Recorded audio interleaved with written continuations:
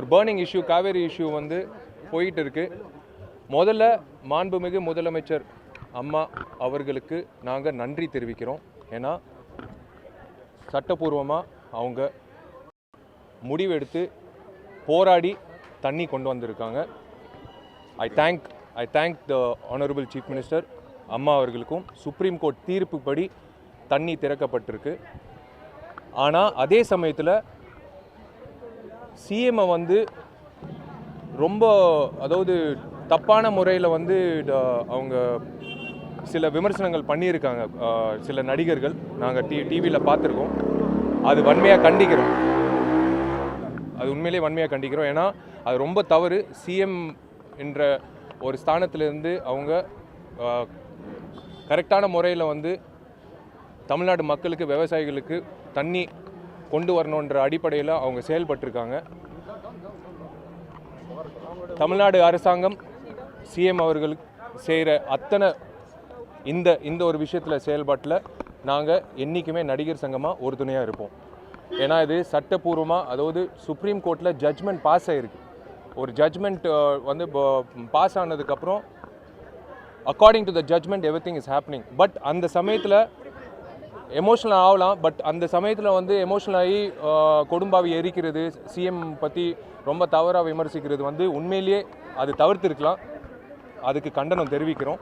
மற்றபடி நிறைய விஷயங்கள் நடிகர் சங்கம் சார்ந்த நிறைய விஷயங்கள் விவாதித்து நாங்கள் சில முடிவுகள் எடுத்திருக்கோம்.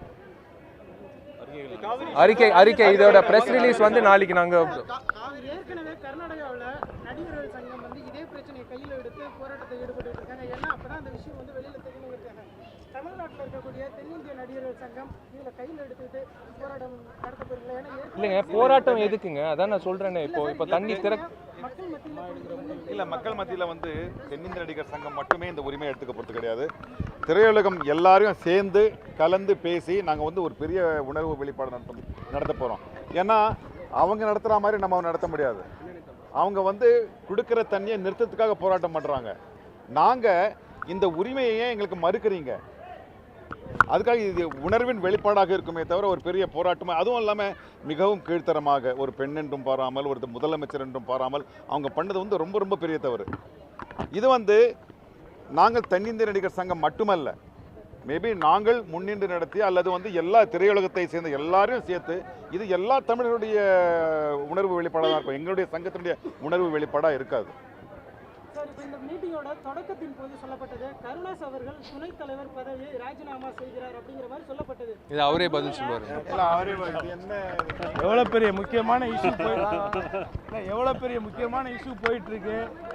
உச்சநீதிமன்றத்தில் 50 டிஎம்சி தண்ணி வெளியிட வேண்டிய நேரத்தில் மிக குறுகிய அளவில் போராடி சட்ட ரீதியாக எதிர்த்து விவசாய மக்களுக்காக தமிழர்களுக்காக உரிமைகளுக்கு குரல் கொடுத்த அம்மா அவர்களை அநாகரிகமான முறையிலே உருவப்பொம்மை எரித்து செயல்படக்கூடிய அந்த அத்தனை பேர்களையும் நாங்கள் வன்மையாக கண்டிக்கின்றோம்.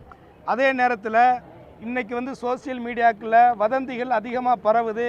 அதே நேரத்தில் இன்றைக்கி நான் எதை எதிர்பார்த்தனோ அதை இன்றைக்கு எங்களுடைய பொதுச்செயலாளரும் தலைவரும் பொருளாளரும் இன்றைக்கி செயற்குழு கூட்டத்தில் முடிவெடுத்து முதலமைச்சர் எடுக்கக்கூடிய இந்த காவிரி நதிநீர் பிரச்சனையில் முதலமைச்சர் அம்மா அவர்கள் எடுக்கக்கூடிய எந்த நடவடிக்கைகளுக்கும் தென்னிந்திய நடிகர் சங்கம் உறுதுணையாக இருக்கும் அப்படிங்கிறத நாங்கள் உறுதிபட தெரிவிச்சுக்கிறோம். அந்த முடிவு தான் எடுத்துருக்கோம்.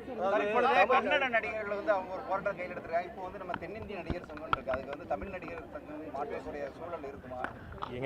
என்னங்க வேற இஷ்யூ போயிட்டு இருக்கேன். நீங்க ஒரு பேர் மாற்றத்தை பத்தி நீங்க கேட்டு இருக்கீங்க.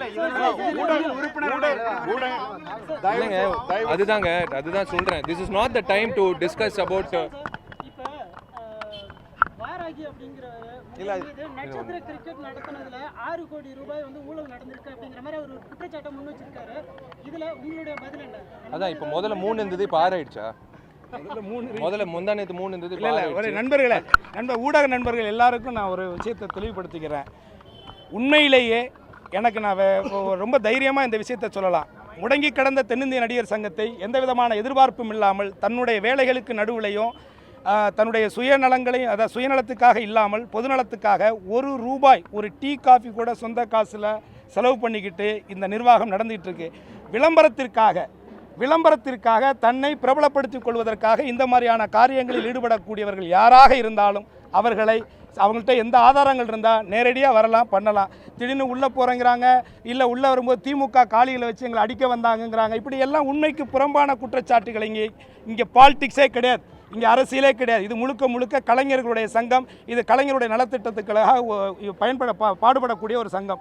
முழுக்க முழுக்க இந்த சங்கத்தினுடைய தேர்தல் நேரத்தில் முதலமைச்சர் அம்மா அவர்கள் எவ்வளவு வெளிப்படையாக நேரடியாக இந்த சங்கத்தினுடைய தேர்தல் நடத்தினாருங்கிறது நீங்கள் எல்லாருமே சாட்சி. ஆக அந்த நிலையில் இது மாதிரியான குற்றச்சாட்டுகள் பொய்யானது, ஆதாரமற்றது அப்படிங்கிறத சங்கத்தின் நிர்வாகிங்கிற முறையில் நான் தெரிவிச்சுக்கிறேன்.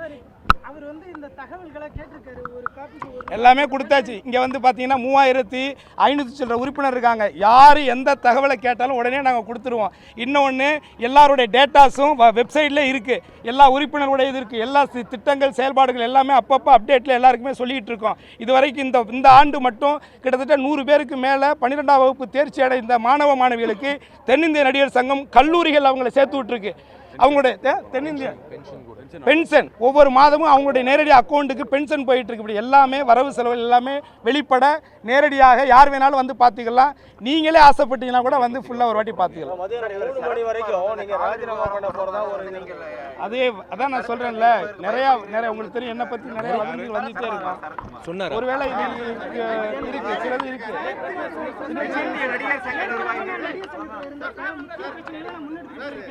ஆனால் தற்போதைய நடிகர் சங்கம் தயங்குகிறது.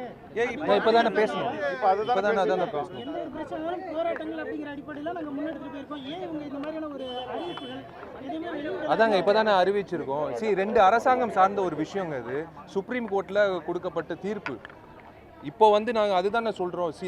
அம்மா அவர்கள் வந்து எந்த ஒரு நடவடிக்கை இது சார்ந்த எந்த ஒரு நடவடிக்கை எடுத்தாலும், தமிழக அரசு எந்த நடவடிக்கை எடுத்தாலும் நடிகர் சங்கம் கண்டிப்பா உறுதுணையா இருக்கும். அதுதான்.